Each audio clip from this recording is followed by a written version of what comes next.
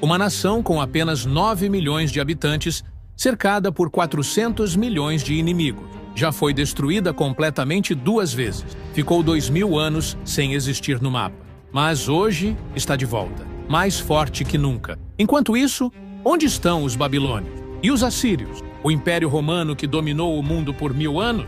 Sumiram, viraram pó da história. Por que uma nação do tamanho de Sergipe sobrevive quando impérios gigantescos desaparecem? A resposta está numa promessa feita há 4000 anos que continua se cumprindo até hoje. E as profecias bíblicas indicam que Israel será a última nação de pé quando tudo acabar. Abraão tinha 75 anos quando ouviu uma voz que mudaria a história para sempre. Sai da tua terra, da tua parentela e da casa de teu pai, para a terra que eu te mostrarei, e far-te-ei uma grande nação. Gênesis 12:1-2. Uma promessa simples, mas com uma diferença crucial. Ela vinha acompanhada de uma garantia eterna. O curioso é que Deus não prometeu isso para os egípcios, que já eram uma superpotência, nem para os mesopotâmicos, que tinham as cidades mais avançadas do mundo. Ele escolheu um nômade, sem terra, sem exército, sem reino. Mas essa promessa tinha 3 partes que a tornavam única na história. Primeiro, darei esta terra a ti e à tua descendência para sempre. Gênesis 13:15. Não por 1000 anos, como os romanos sonhavam, para sempre. Segundo, as nações da terra serão abençoadas em ti. Gênesis 12:3. Israel não seria apenas mais uma nação conquistando outras, seria uma fonte de bênção para todas as outras. Terceiro, abençoarei os que te abençoarem e amaldiçoarei os que te amaldiçoarem. Gênesis 12:3. Uma proteção divina específica que nenhuma outra nação recebeu. 400 anos depois, quando Israel estava escravizado no Egito, Moisés recebeu uma confirmação ainda mais forte. Porque tu és povo santo ao Senhor teu Deus. O Senhor teu Deus te escolheu, para que lhe fosses o seu povo especial, de todos os povos que há sobre a terra. Deuteronômio 7:6. O que torna isso extraordinário é que essa promessa não dependia do comportamento de Israel. Outras nações tinham deuses que as protegiam apenas enquanto fossem fiéis. Mas Deus disse sobre Israel: ainda que estes se esqueçam, todavia, eu me não esquecerei de ti. Isaías 49:15. Por isso Israel sobreviveu aos babilônios, aos persas, aos gregos, aos romanos, não porque fosse maior ou mais forte, mas porque tinha algo que nenhuma outra nação possuía, uma aliança eterna incondicional. Hoje, Israel ocupa menos de 0,01% do território mundial. Tem menos habitantes que São Paulo, mas controla tecnologias que o mundo inteiro usa. Produz descobertas médicas que salvam vidas globalmente e continua cumprindo a profecia de ser bênção para as nações. Mas será que essa proteção divina realmente funcionou ao longo da história? O que aconteceu com os impérios que tentaram destruir Israel nos dá uma pista perturbadora sobre o destino das nações. Nabucodonosor achava que ia durar para sempre. Seu império estendia-se do Egito ao Irã.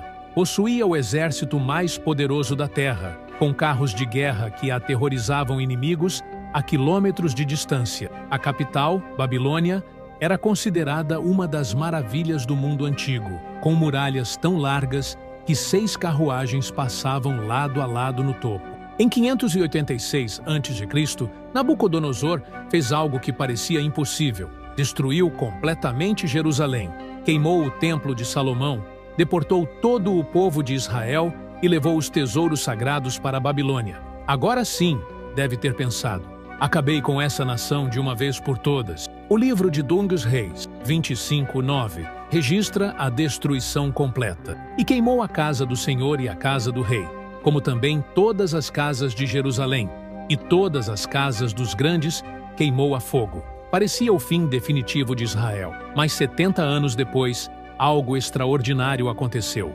Um novo rei persa, Ciro, teve um sonho perturbador. Segundo Esdras 1:1, o Senhor despertou o espírito de Ciro, rei da Pérsia, para libertar os judeus. Ciro não era judeu, não adorava o Deus de Israel, mas sentiu uma compulsão inexplicável para restaurar Jerusalém. Enquanto isso, onde estava o poderoso Império Babilônico? desintegrou-se em uma única noite. Daniel 5:30 conta que Belsazar, último rei da Babilônia, foi morto na mesma noite em que viu a escrita na parede: Mene, Mene, Tekel, Ufarsim, pesado e achado em falta. O irônico é que Nabucodonosor havia profetizado sua própria queda sem saber. Em Daniel 2:37 e 38, ele admitiu que seu reino era apenas temporário. Tu, ó rei, és rei de reis, pois o Deus do céu te deu o reino, o poder, a força e a majestade. Se Deus deu, Deus também podia tirar. A arqueologia confirma o desaparecimento abrupto da Babilônia. Escavações mostram que a cidade foi abandonada gradualmente após a conquista persa. As famosas muralhas que pareciam eternas foram demolidas. Os jardins suspensos, uma das 7 maravilhas do mundo, viraram ruínas cobertas de areia. Hoje, no local onde ficava a Babilônia, há apenas montanhas de escombros no Iraque. Turistas visitam ruínas que mal lembram a grandeza anterior. Nenhum babilônio moderno reivindica a herança daquele império. A própria língua babilônica está morta há 2000 anos. Mas Israel, os mesmos judeus que Nabucodonosor deportou, voltaram para reconstruir Jerusalém, restauraram o templo, restabeleceram suas tradições e nunca mais pararam de existir, mesmo quando foram dispersos novamente pelos romanos. A promessa de Jeremias 30:11 se cumpriu exatamente. Porque eu sou contigo, diz o Senhor, para te salvar. Porque darei fim a todas as nações entre as quais te espalhei. A ti, porém, não darei fim. A Babilônia era supostamente eterna. Israel parecia condenado ao desaparecimento. 2000 anos depois, quem ainda existe? Mas o Império Babilônico não foi o único a tentar apagar Israel do mapa. Roma, que se considerava ainda mais invencível, também tentou. Roma a eterna, Roma eterna. Essa frase estava gravada em moedas, monumentos e na mente de cada cidadão romano. O Império Romano não era apenas grande, era colossal. Estendia-se da Escócia ao Sudão, de Portugal ao Iraque. Controlava 65 milhões de quilômetros quadrados, governava 65 milhões de pessoas e mantinha o maior exército profissional que o mundo já tinha visto. Suas estradas conectavam continentes, suas leis ainda influenciam o direito moderno. Para os romanos, a eternidade não era esperança, era certeza matemática. Em 70 d.C., o general Tito decidiu resolver de uma vez por todas o problema judeu. Jerusalém estava em rebelião há 4 anos. O cerco romano foi brutal. Construíram uma muralha de 8 quilômetros ao redor da cidade, cortando completamente o suprimento de alimento. Joséfo relata que a fome ficou tão desesperadora que mães cozinhavam os próprios filhos. Quando as muralhas de Jerusalém finalmente caíram, a destruição foi total. Lucas 19:44 havia profetizado: E te derribarão, a ti e aos teus filhos que dentro de ti estiverem, e não deixarão em ti pedra sobre pedra. Os romanos queimaram o templo, mataram mais de 1 milhão de judeus e venderam os sobreviventes como escravos. Tito ergueu o Arco do Triunfo em Roma, exibindo os tesouros do templo como troféus. Moedas comemorativas proclamavam Judaia capta, Judéia capturada. Para Roma, Israel tinha sido definitivamente apagado da história. 60 anos depois, quando os judeus tentaram uma última rebelião sob Bar Kokhba, o imperador Adriano foi ainda mais cruel. Renomeou Jerusalém para Aelia Capitolina e toda a região para Síria-Palestina, tentando apagar até mesmo o nome Israel da geografia. Proibiu judeus de entrar em Jerusalém sob pena de morte. Parecia impossível que Israel sobrevivesse a isso. O historiador Tácito escreveu que os judeus eram um povo destinado ao ódio dos deuses, mas enquanto Roma celebrava sua vitória eterna, algo estranho acontecia. Os judeus simplesmente se recusaram a desaparecer. Dispersos pelos 4 cantos do império, mantiveram sua identidade, língua e tradições. Criaram sinagogas em Alexandria, Babilônia, Espanha. Preservaram suas escrituras com cuidado obsessivo. 300 anos depois da destruição de Jerusalém, aconteceu o impensável. O próprio Império Romano se converteu ao cristianismo, uma religião nascida entre os judeus que Roma tentara destruir. O imperador Constantino descendente dos mesmos Césares que crucificaram Jesus, agora adorava o Deus de Israel. 500 anos depois, Roma Ocidental caiu definitivamente. Bárbaros saquearam a cidade eterna. O latim virou língua morta. As legiões invencíveis viraram memória em museus. E os judeus continuaram orando no próximo ano em Jerusalém, em sinagogas espalhadas pelo mundo, mantendo viva uma esperança que parecia impossível. Hoje, você pode visitar as ruínas do Coliseu, onde cristãos eram devorados por leões, mas não pode conversar com um romano autêntico. Eles não existem mais. Enquanto isso, em Tel Aviv, jovens judeus falam hebraico nas ruas da mesma terra que Roma jurou que nunca mais seria deles. Mas como isso era possível? As profecias bíblicas já tinham revelado exatamente o que aconteceria com as nações do mundo. 14 de maio de 1948. David Ben-Gurion levantou-se no Museu de Tel Aviv para ler um documento de 979 palavras que desafiava toda lógica histórica. O Estado de Israel está estabelecido.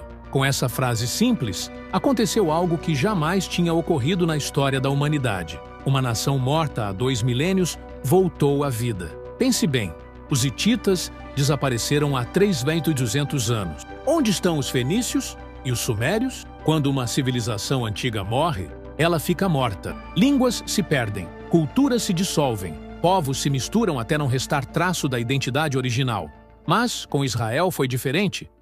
Por 1878 anos, quase 2 milênios completos, não existiu país chamado Israel. Desde 70 d.C., quando Roma destruiu Jerusalém, até 1948, os judeus viveram espalhados por 70 países diferentes. Sofreram cruzadas, inquisições, pogroms, holocausto. Qualquer outro povo teria desaparecido completamente.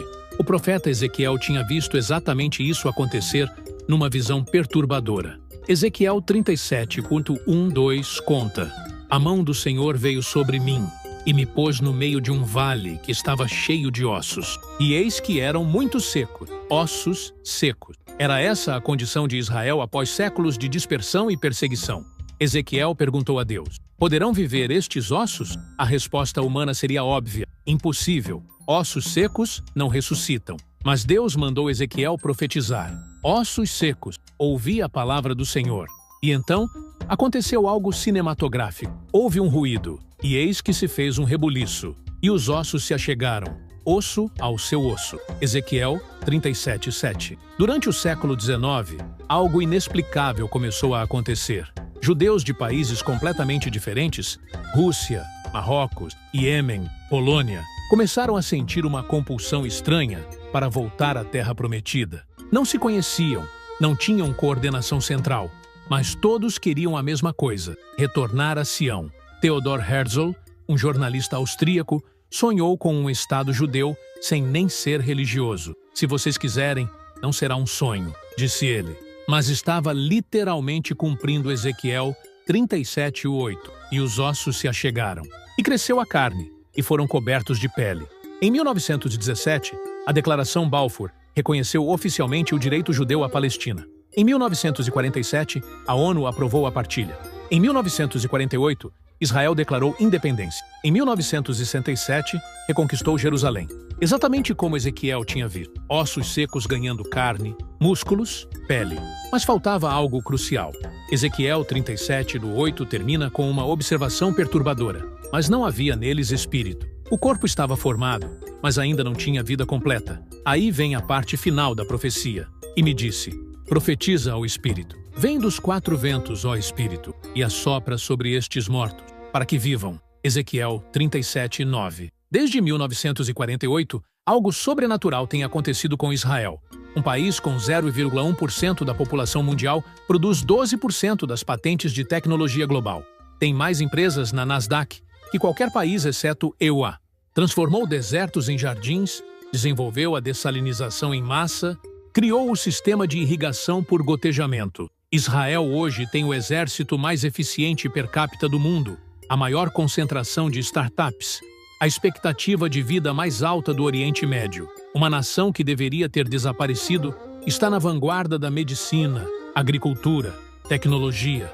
Mas Ezequiel viu que essa ressurreição teria um propósito específico: preparar Israel para os últimos dias da história. E as profecias indicam que todas as nações se voltarão contra Israel numa última batalha. Zacarias 12:3 contém uma profecia que parecia absurda quando foi escrita. Acontecerá naquele dia que farei de Jerusalém uma pedra pesada para todos os povos. Todos os que carregarem ficarão gravemente feridos. Como uma cidade de 900 mil habitantes poderia se tornar um fardo pesado para todas as nações da terra? Em 520 a.C., quando Zacarias escreveu isso, Jerusalém estava em ruínas, abandonada e irrelevante politicamente. Hoje essa profecia faz todo sentido. Jerusalém é a cidade mais disputada do planeta. Judeus a consideram sua capital eterna. Muçulmanos a veem como seu terceiro local mais sagrado. Cristãos a reverenciam como cenário da crucificação e ressurreição. Cada decisão sobre Jerusalém repercute globalmente, provoca crises diplomáticas, ameaça a paz mundial. As Nações Unidas aprovaram mais resoluções condenando Israel que todos os outros países combinados. Isso mesmo, mais resoluções contra Israel que contra a Coreia do Norte, Irã, Síria, China e Rússia juntos. Uma nação com 0,1% da população mundial recebe mais atenção negativa da comunidade internacional que qualquer outra. Exatamente como Zacarias predisse, uma pedra pesada que fere quem tenta carregá-la. Zacarias 14:2 vai além. Porque eu ajuntarei todas as nações para batalhar contra Jerusalém. Todas as nações, não algumas, não a maioria, todas. Uma coalização global contra Israel. Isso parecia impossível até recentemente. Durante a Guerra Fria, o mundo estava dividido entre blocos antagônicos que jamais se uniriam. Mas observe o que está acontecendo agora. Países que se odeiam entre si concordam numa coisa: oposição a Israel.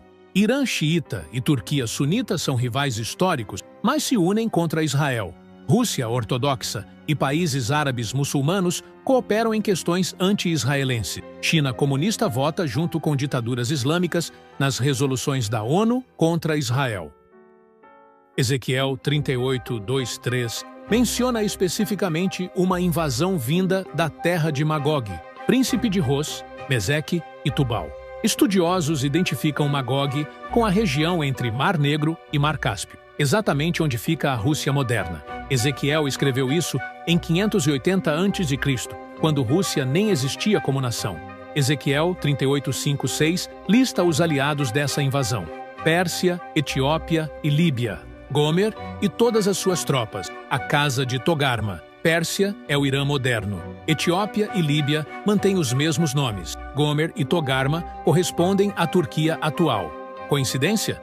Hoje, Rússia, Irã, Turquia, Líbia e Sudão, antiga Etiópia bíblica, formam exatamente a coalizão anti-Israel que Ezequiel predisse há 2.600 anos. Mas a profecia mais assustadora está em Zacarias 14:12. E esta será a praga com que o Senhor ferirá a todos os povos que guerrearam contra Jerusalém. A sua carne se corromperá, estando eles ainda em pé, e lhes apodrecerão os olhos nas suas órbitas, e a língua lhes apodrecerá na sua boca. Quando Zacarias escreveu isso, a pior arma conhecida era espada ou lança. Como ele pôde descrever com tanta precisão os efeitos de radiação nuclear? Carne que se decompõe instantaneamente, olhos que derretem, destruição que atinge inimigos ainda em pé? Pela primeira vez na história, todas as peças estão no lugar. Israel existe como nação. Jerusalém está sob controle judeu. As nações listadas por Ezequiel estão alinhadas exatamente como predito.